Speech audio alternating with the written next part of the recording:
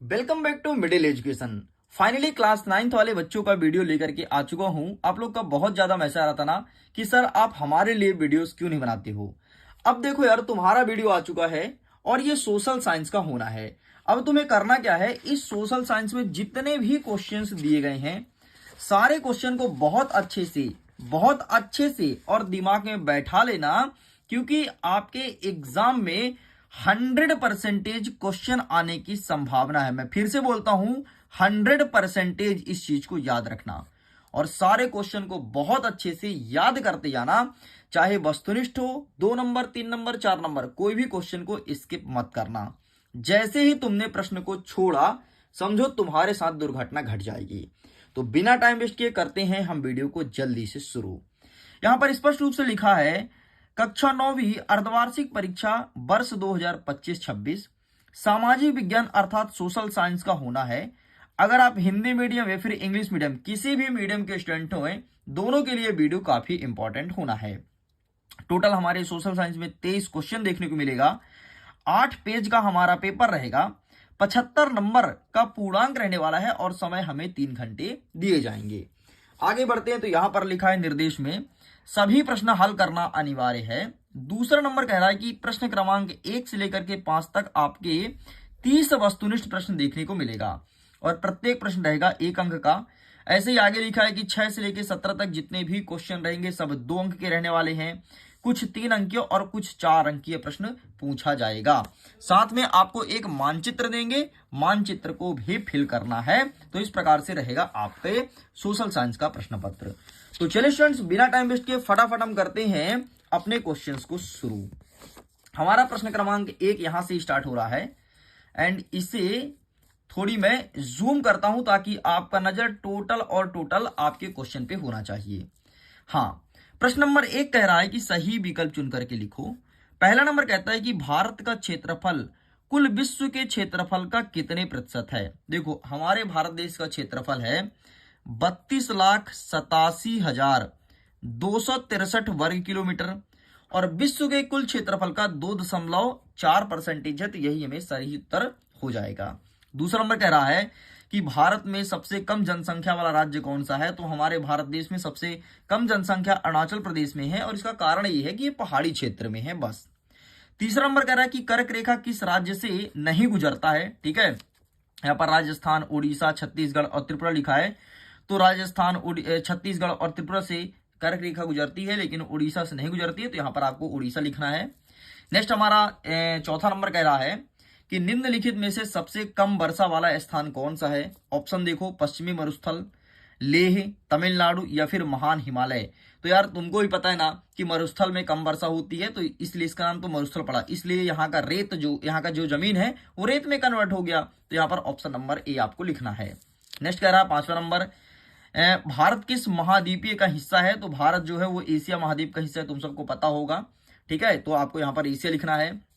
Next कह रहा है कि जनगणना कितने वर्ष के अंतराल में होता है। तो हमारे भारत देश में जनगणना 10 वर्ष के अंतराल में होना चाहिए। मतलब 2021 में जनगणना होनी चाहिए, लेकिन अभी तक जनगणना नहीं हुई है और अब जनगणना 2026 में होने का लक्ष्य रखा गया है। अभी 25 चल रहा है ना, नेक्स्ट ईयर जनगणना हो जाएगा। अच्छा, लेट क्यों हुआ। तो लेट होने का कारण सिर्फ ये और सिर्फ ये था कि कोविड 2020 में कोरोना आ गया था ना 19 में, इसलिए जनगणना नहीं हुआ, नहीं तो 2021 में जनगणना हो जानी थी।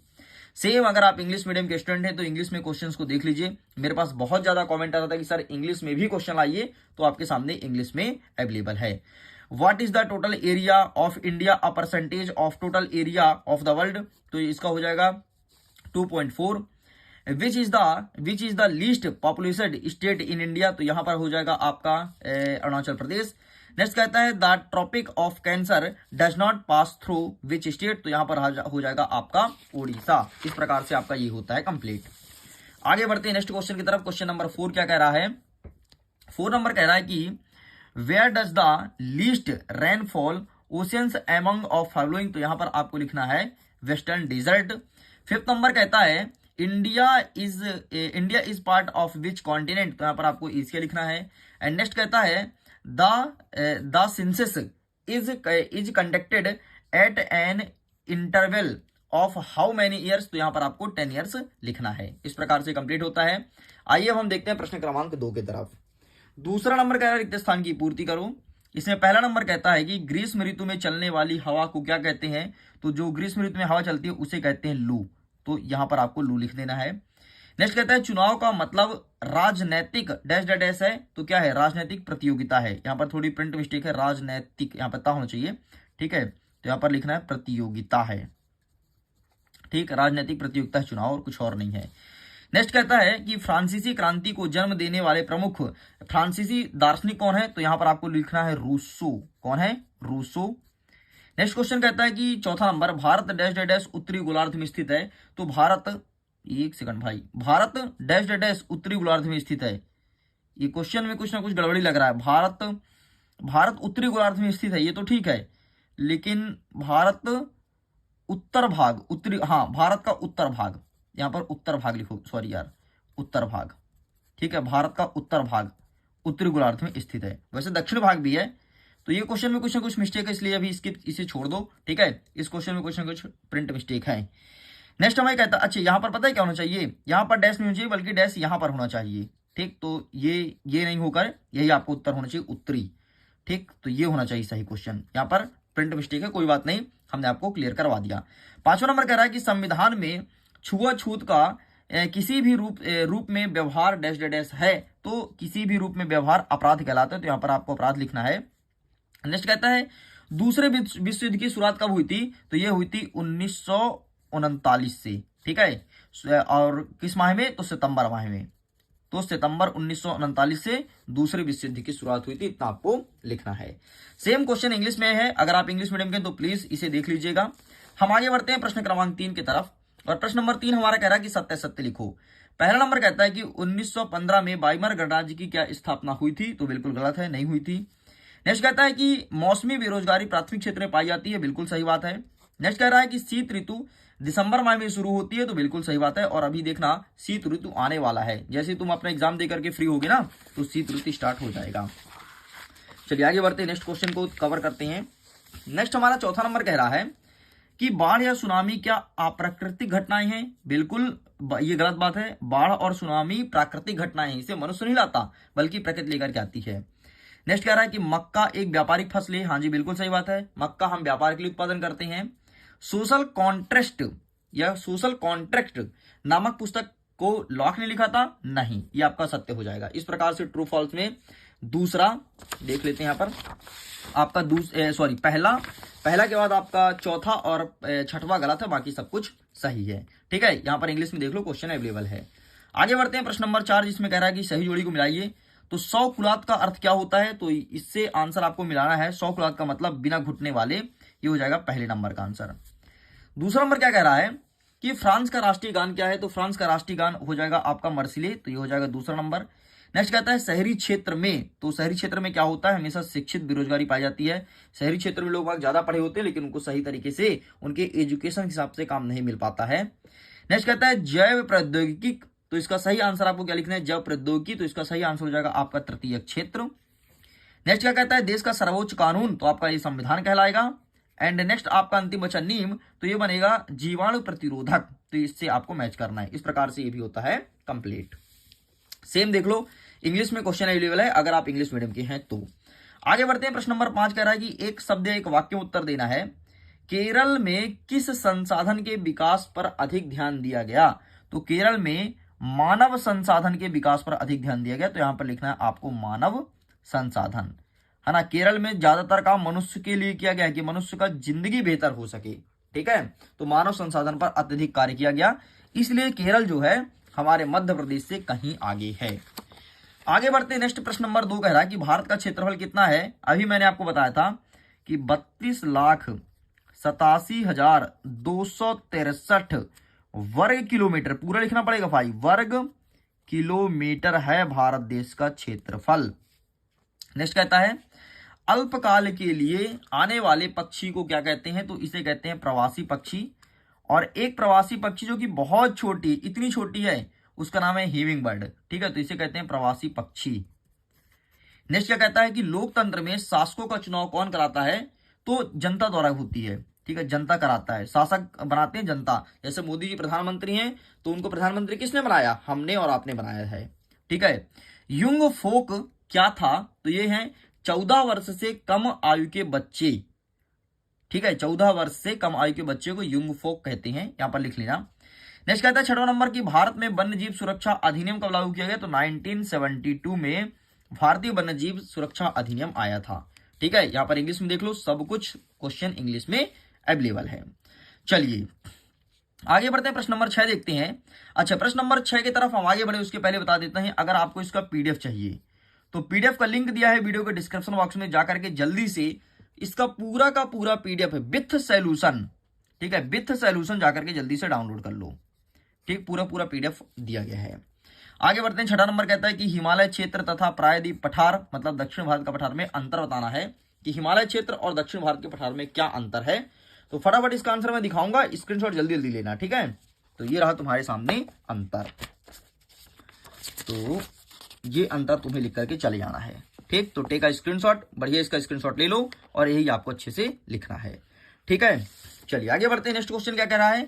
अथवा में कहता है कि पूर्वी घाट और पश्चिमी घाट में अंतर बताइए। Write the difference between western ghat and eastern ghat and western ghat. पूर्वी घाट और पश्चिमी घाट में अंतर, तो इसका भी अंतर देख लो, ये रहा तुम्हारे सामने। ठीक, ये रहा पूर्वी घाट और पश्चिमी घाट, टेका स्क्रीनशॉट। अच्छा, इंग्लिश मीडियम के स्टूडेंट्स प्लीज आप अपना आंसर फाइंड कर लीजिएगा। अब यहाँ पर मैं एक ही दिखा पाऊंगा, नहीं तो वीडियो बहुत ज्यादा लॉन्ग हो जाएगा। नेक्स्ट हमारा 7वां नंबर कह रहा है कि उत्तर भारत की नदी व दक्षिण भारत की नदी मतलब प्रायद्वीप भारत की नदी में तुलना करना है या फिर अंतर बताना है। ठीक है, डिफरेंस या फिर कंपेयर करना है। Difference between the river of northern India and southern India. ठीक, ये प्रश्न पूछा गया, तो आइए फटाक से इसका भी आंसर देख लेते हैं। तो इसका आंसर ये रहा है आपके सामने, ये उत्तर भारत की नदी और दक्षिण भारत की नदी में अंतर, स्क्रीनशॉट ले लो। आगे बढ़ते हैं। नेक्स्ट आपके अथवा में कह रहा है कि नदी प्रदूषण क्या है? What is the river pollution? इसे रोकने को उपाय बताओ। Write the measure of prevent it, इसे हम कैसे रोक सकते हैं नदी के प्रदूषण को, यह प्रश्न पूछा गया है। तो ये रहा इसका आंसर, नदी प्रदूषण क्या है, इसे रोकने के उपाय। ठीक है, इसका ही फोटो क्लिक कर लो एंड ये रहा। ओके, चलिए आगे बढ़ते हैं। नेक्स्ट हमारा क्या कह रहा है? नेक्स्ट हमारा 8वां नंबर कह रहा है कि भारत की जलवायु को प्रभावित करने वाले कारक कौन कौन से हैं? What are the factors that influence the climate of India. ठीक है, भारत की जलवायु को प्रभावित करने वाले कारक, तो ये रहा तुम्हारे सामने कारक, इस कारक का भी फोटो ले लो। भारत की मानसून को प्रभावित करने वाले कारक देखो, अक्षांश ये लिखा है ना, अक्षांश, ऊंचाई, दाब, ऊंचाई, वायु दाब, पवन। ठीक है, और ये धरातली पवन है, पूरा पूरा तुम्हें लिख के चले आना है। आगे बढ़ते हैं। नेक्स्ट क्या कह रहा है अथवा में कि तमिलनाडु तट पर शीत ऋतु में वर्षा होती है क्यों? ठीक है, आखिरकार तमिलनाडु में शीत ऋतु में वर्षा क्यों होती है? अभी शीत ऋतु आने वाला है और देख रहे हो कि आजकल बारिश हो रही है, तो बारिश होने का रीजन ये है कि लौटता हुआ मानसून से बारिश हो रहा है, और यही जो बारिश है ना तमिलनाडु पर सबसे अधिक वर्षा करती है, तो ये इसका आंसर लिखा गया है। ठीक है, तो आप इसका भी स्क्रीनशॉट ले लीजिए। चलो आगे बढ़ते हैं नेक्स्ट प्रश्न की तरफ, एंड हमारा क्वेश्चन क्या कह रहा है? प्रश्न क्रमांक 9। 9वां नंबर कह रहा है कि मैंग्रोव वन, जिसे ज्वारीय वन के नाम से भी जानते हैं, इसकी विशेषताएं बतानी है। ठीक है, ये लिखा ना, कैरेक्टरिज्म मैंग्रोव फॉरेस्ट्स। तो आइए देखते हैं इसका सही आंसर क्या हो जाएगा। तो मैंग्रोव वन की विशेषता ये रहा। ठीक है, मैंग्रोव वन की विशेषता, तो आप इसका ही फोटो क्लिक कर लो। देखो, इसे ज्वारीय वन भी कहते हैं, ध्यान रखना, मैंग्रोव वन ज्वारीय वन दोनों सेम चीज है। ठीक, आगे बढ़ते हैं। नेक्स्ट क्वेश्चन क्या कह रहा है अथवा में कि वन संरक्षण क्यों आवश्यक है? Why the forest conversation necessary, वह वन के लाभ बताना है। Right the benefits of forests, है ना, जंगल से हमें कौन कौन से लाभ होते हैं? तो जंगल से हमें बहुत सारे लाभ है भाई, तो देख लो यहाँ पर वन संरक्षण क्यों आवश्यक है, ये प्रश्न पूछा गया है, और जंगल से कौन कौन से लाभ हैं, तो इसका विनाश का कारण यहाँ पर लिखा है। लाभ मैं आपको दिखा देता हूं, ये रहा तुम्हारे सामने लाभ। ठीक है, तो डायरेक्ट हमें लकड़ी मिलता है, औषधि मिलता है, जड़ी बूटियां मिलती हैं, यहाँ पर लिखा गया है, एक बार आप पढ़ लीजिएगा। आगे हमारा 10वां नंबर कहता है कि एक ही भूमि पर उत्पादन बढ़ाने के कौन कौन से तरीके हैं? What are the different method to increase production on the same land, ये प्रश्न पूछा है। तो आइए देख लेते हैं कि इसका सही आंसर क्या होगा। तो ये रहा है आपके सामने आंसर, ये आप इसका फोटो क्लिक कर लीजिए। ठीक, चलो आगे बढ़ते हैं। नेक्स्ट प्रश्न हमारे अथवा में कह रहा है हरित क्रांति क्या है? ठीक है, what is the green revolution? हरित क्रांति में रासायनिक उर्वरक का प्रयोग हानिकारक क्यों? Why is the use of chemical fertilize harmful in it, ये चीज पूछा गया है। तो आइए देखते हैं कि इसका सही आंसर क्या होगा। तो ये यहां पर लिखा गया है हरित क्रांति, क्या प्रश्न पूछा है, हरित क्रांति क्या है, ठीक है, ग्रीन रिवोल्यूशन क्या है। तो ये लिखा गया भारत में हरित क्रांति पर टिप्पणी, लेकिन इसका आंसर मैं दिखा देता हूं, ये रहा हरित क्रांति, ठीक है, आंसर रहा।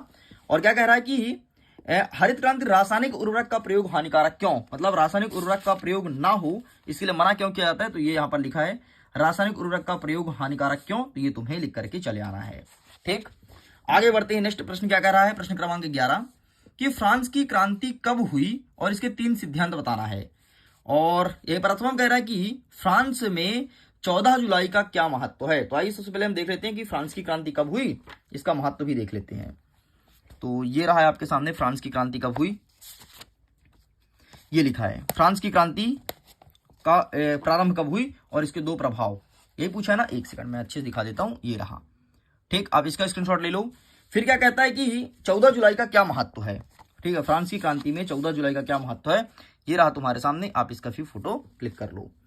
आगे बढ़ते हैं, प्रश्न नंबर 12 कह रहा है कि लोकतंत्र का क्या अर्थ है स्पष्ट कीजिए, ठीक है, what is the meaning of democracy explain. और यहीं पर हमारे थ्रू कह रहा है कि लोकतंत्र जिसे प्रजातंत्र भी कहते हैं, इसके गुण और दोष को लिखना है, ठीक है, मतलब क्या क्या इसके फायदे हैं और क्या क्या लोकतंत्र के नुकसान हैं। तो ये रहा है आपके सामने इसका आंसर, आप इसका भी फोटो खींच लो। लोकतंत्र क्या है ये पूरा पूरा लिखा गया है, ठीक है। और नेक्स्ट क्या कह रहा है, लोकतंत्र के गुण और दोष। तो ये रहा तुम्हारे सामने प्रजातंत्र की ये विशेषताएं जो है ना वो गुण में आएगा, और बाकी और ये दोष यहां पर लिखा गया है, ठीक। तो 2-2 लिखना है, ज्यादा नहीं लिखना है। चलो आगे देख लेते हैं, नेक्स्ट क्या कह रहा है, 13वां नंबर, संविधान का क्या महत्व है वह विशेषताएं लिखो, ठीक है, importance of constitutions, right its features, इसकी विशेषताएं बतानी है। और अथवा कह रहा है कि संविधान संशोधन व संविधान सभा क्या है, ठीक, ये प्रश्न पूछा गया है। तो आइए देख लेते हैं कि इसका सही आंसर क्या होगा। तो ये यहां पर इसका आंसर दिया गया है,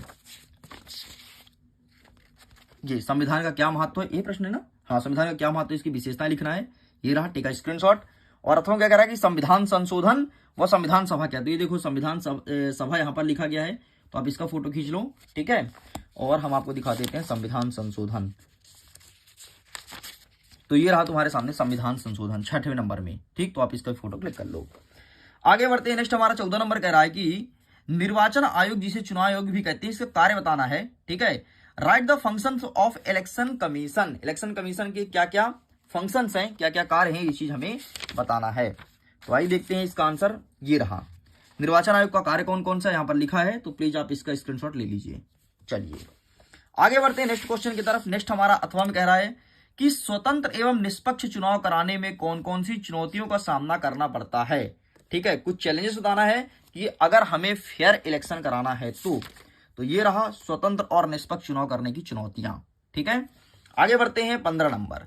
15 नंबर कह रहा है कि प्रच्छन्न एवं मौसमी बेरोजगारी में अंतर स्पष्ट करना है। और अथवा में कह रहा है कि प्राथमिक एवं तृतीयक क्षेत्र को उदाहरण सहित समझाइए, प्राथमिक और सॉरी प्राथमिक द्वितीयक एवं तृतीयक क्षेत्र को, ठीक है, प्राथमिक द्वितीयक एवं तृतीयक क्षेत्र को समझाना। सबसे पहले हम ऊपर वाला देख लेते हैं।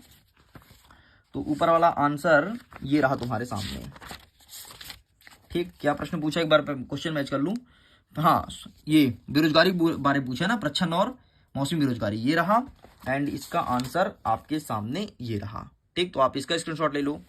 अथवा क्या कह रहा है कि प्राथमिक द्वितीयक एवं तृतीयक क्षेत्रक, ठीक है, तो प्राथमिक द्वितीयक और तृतीयक क्षेत्रक, तो ये रहा है आपके सामने प्राथमिक द्वितीयक और तृतीयक क्षेत्रक, ये प्राथमिक, यहां पर द्वितीयक और ये रहा तृतीयक। चलिए आगे बढ़ते हैं, नेक्स्ट कह रहा है प्रश्न नंबर 16, शिक्षित बेरोजगारी भारत में एक समस्या है क्यों। और यहीं पर अथवा में कह रहा है कि आर्थिक और गैर आर्थिक क्रिया क्या है, अंतर स्पष्ट कीजिए।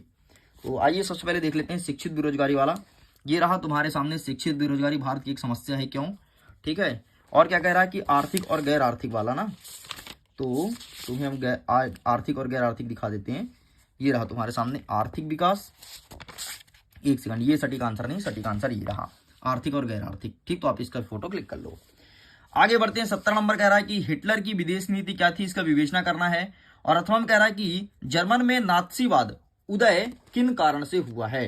तो आइए सबसे पहले हिटलर की विदेश नीति देखते हैं, फिर जर्मन में हम देखेंगे नात्सीवाद। तो ये रहा तुम्हारे सामने हिटलर की विदेश नीति, ठीक है। आप इसका फोटो क्लिक करो एंड ये इसका क्लिक करो, ठीक। यहां तक तुम्हें लिखना है। अच्छा, टॉपिक बस लिखना भाई, डिटेल नहीं करना है, ठीक। और नात्सीवाद क्या प्रश्न पूछा है, नात्सीवाद उदय का कारण ना, तो ये रहा तुम्हारे सामने, तो आप इसका भी फोटो क्लिक कर लो एंड ये रहा आगे। केवल टॉपिक लिखना है, जैसे साम्यवाद का विरोध, यहूदी का विरोध, केवल इतना लिख करके चले आना है। आगे बढ़ते हैं। प्रश्न नंबर 18 कह रहा है सूर्योदय अरुणाचल प्रदेश के पूर्वी भाग में गुजरात के पश्चिमी भाग की अपेक्षा 2 घंटा पहले क्यों होता है, जबकि दोनों राज्यों में घड़ी एक ही समय दर्शाती है, क्यों? ये प्रश्न पूछा गया है। तो आइए देखते हैं कि इसका सही आंसर क्या हो जाएगा। तो इसका आंसर आपके सामने ये रहा, आप इसका फोटो क्लिक कर लो। साइड करते हैं। नेक्स्ट अथवा में क्या कह रहा है कि हिंद महासागर में भारत की केंद्रीय स्थिति होने का लाभ बताइए। मतलब हिंद महासागर जो हमारे भारत देश के बीचों बीच स्थित है, इससे कौन कौन से लाभ हैं। तो ये रहा इसका आंसर, ठीक। तो आप इसका भी फोटो क्लिक कर लो। आगे बढ़ते हैं नेक्स्ट क्वेश्चन की तरफ। प्रश्न नंबर 19 क्या कह रहा है कि कार्ल मार्क्स कौन था, वह रूसी क्रांति में सफलता का कारण बताइए। कार्ल मार्क्स कौन था, पहले उसे पहचानो, फिर रूसी क्रांति में सफलता का क्या रीजन था, ठीक है। तो ये रहा तुम्हारे सामने, कार्ल मार्क्स कौन था, सबसे पहले इसका आंसर देख लो, ठीक है। और रूसी क्रांति सफलता का कारण ना, पहले ये देख लो, ठीक है। यहां तक तुम्हें कंप्लीट करना है पूरा। अब क्या पूछा है, सफलता का कारण क्या था, तो ये रहा रूसी क्रांति सफलता के कारण, ठीक। तो ये पूरा तुम्हें लिखना है। चलिए पेज को पलटते हैं, आगे के क्वेश्चन को देखते हैं। आगे हमारे अथवा कहता है कि रूसी क्रांति के प्रभाव का वर्णन कीजिए कोई 3। हमें उनका प्रभाव बताना है रूसी क्रांति का। तो ये रहा इनका प्रभाव, ये तुम्हें, ये देखो यहां पर देख रहे हो, यही तुम्हें रूसी क्रांति का प्रभाव लिखना है। अब इसमें थोड़ी तुमको डिटेल करनी पड़ेगी क्योंकि 3 नंबर के क्वेश्चन स्टार्ट हो चुके हैं। आगे हमारा 20वां नंबर कह रहा है कि संविधान का क्या महत्व है, वो विशेषताएं बतानी है। और अथवा में कह रहा है कि नेहरू ने क्यों कहा कि भारत का भविष्य सुस्ते और आराम करने का नहीं है, ठीक है। ये प्रश्न पूछा गया है। तो आइए सबसे पहले देख लेते हैं 20वें नंबर का उत्तर। तो ये रहा आपके सामने 20वें नंबर का उत्तर, ये रहा, ठीक। संविधान का क्या महत्व है, एक सेकंड क्वेश्चन है ये ना, हाँ, महत्व और विशेषताएं पूछा है ना। तो ये रहा तुम्हारे सामने संविधान की प्रमुख विशेषताएं, ये देख लो, ठीक है। दोनों आंसर मिल गया एंड नेहरू वाला आंसर ये रहा तुम्हारे सामने। तो आप इसका फोटो क्लिक कर लो। आगे बढ़ते हैं। 21 नंबर कह रहा है कि भारत में निर्धनता मतलब गरीबी को दूर करने का क्या उपाय है। और अथवा में कहता है कि निर्धनता उन्मूलन के लिए सरकारी रणनीतियां कौन कौन सी, मतलब सरकार ने कौन कौन सा कार्यक्रम चलाया है भारत से गरीबी को दूर करने के लिए। तो आइए सबसे पहले देख लेते हैं निर्धनता का कारण क्या है। तो ये रहा है आपके सामने आंसर, ठीक है। भारत में निर्धनता का कारण, ये पूरा आपको डिटेल भी करना होगा, लेकिन ज्यादा पॉइंट नहीं, केवल 3 पॉइंट तुम्हें लिखना है, ठीक है। तो ये हो गया, प्रश्न यही था ना, हाँ। और दूर करने को उपाय, तो देखो दूर करने को उपाय केवल 3 टॉपिक, ठीक है, ज्यादा नहीं, केवल 3 टॉपिक आपको याद करना है। एंड नेक्स्ट तुम्हारा सरकारी कार्यक्रम कौन कौन से, तो ये देखो सरकारी कार्यक्रम यहां पर लिखी गई है और ये रहा, तो ये तुम्हें लिख करके चले आना है। आगे कहते हैं हमारा 22वां नंबर क्या कह रहा है कि भारत के राष्ट्रपति को कौन कौन सी शक्तियां प्राप्त है। और अथवा में कहता है कि लोकसभा की शक्ति व सांसद के कार्य बताना है। तो आइए देखते हैं सबसे पहले भारत के राष्ट्रपति को कौन कौन सी शक्तियां मिली हुई है। तो ये रहा राष्ट्रपति की शक्तियां, क्या लिखा है, प्रश्न क्रमांक 9, 10 और 11 को देखें। तो 9, 10, 11 ये देखो यहां से आंसर दिया गया है, ठीक है। लेकिन इतना नहीं लिखना है, डरना मत। 4 नंबर का प्रश्न है, अपने हिसाब से छांट के लिख देना, जो तुम्हें जितना छोटा कर सकते हो। तो एक काम करो ना, इसका 2 टॉपिक उठा लो, इसका 2 टॉपिक और इसका 2 टॉपिक, बस इस प्रकार से तुम्हारा हो जाएगा 6 पॉइंट और तुम लिख करके चले आना, ठीक है। नेक्स्ट क्या कह रहा है तुम्हारे सांसद का कार्य ना, तो ये देखो संसद के कार्य ये लिखा है, ठीक है। एंड ये रहा, ठीक। इसी में तुमसे राष्ट्रपति का कार्य भी पूछा है। तो राष्ट्रपति का कार्य क्या है ये भी मैं दिखा देता हूं तुम्हें। ये देखो राष्ट्रपति, एक सेकंड, राष्ट्रपति का तो हो गया ना। लोकसभा की शक्तियां तो हो गया, ठीक है। चलो सांसद कार्य तुम्हें लिख देना है, बस हो गया। एंड लोकसभा, राज्यसभा, लोकसभा की शक्तियां और राज्यसभा की शक्तियां, ये तुलना लिखा है, बाकी ये लिखा है शक्तियां लोकसभा का, ठीक है। तो आप इसका भी फोटो क्लिक कर लो। चलो इस प्रकार से पेपर आएगा भाई, कठिन स्तर का इस बार पेपर, वैसे भी कठिन और आपको पता होगा, ठीक है। एंड फाइनली पूरा मैंने कंप्लीट कर दिया। अंतिम में जो बचा है आपका मानचित्र, तो यहां पर अभी मेरे पास मानचित्र नहीं तो मैं भर के दिखा देता, कोई बात नहीं, मैं मानचित्र के लिए अलग से डेडिकेटेड वीडियो बना दूंगा, देख लेना और वहां से इसे कंप्लीट कर देना। वीडियो पसंद आया तो वीडियो को लाइक करिएगा, दोस्तों को शेयर जरूर कीजिएगा, और लास्ट तक कौन कौन बना रहा है कमेंट सेक्शन में जय हिंद जरूर लिखना, ताकि हमें भी पता चल सके कि आप कितने पढ़ाई के प्रति आपका रुचि है, कितने इंटरेस्टेड हो और कितने अच्छे स्टूडेंट्स हो सकते हो अपने लाइफ में। सो मैं वीडियो को एंड करता हूँ। Thanks for watching. खुश रहिए, पढ़ते रहिए, मुस्कुराते रहिए। Bye bye.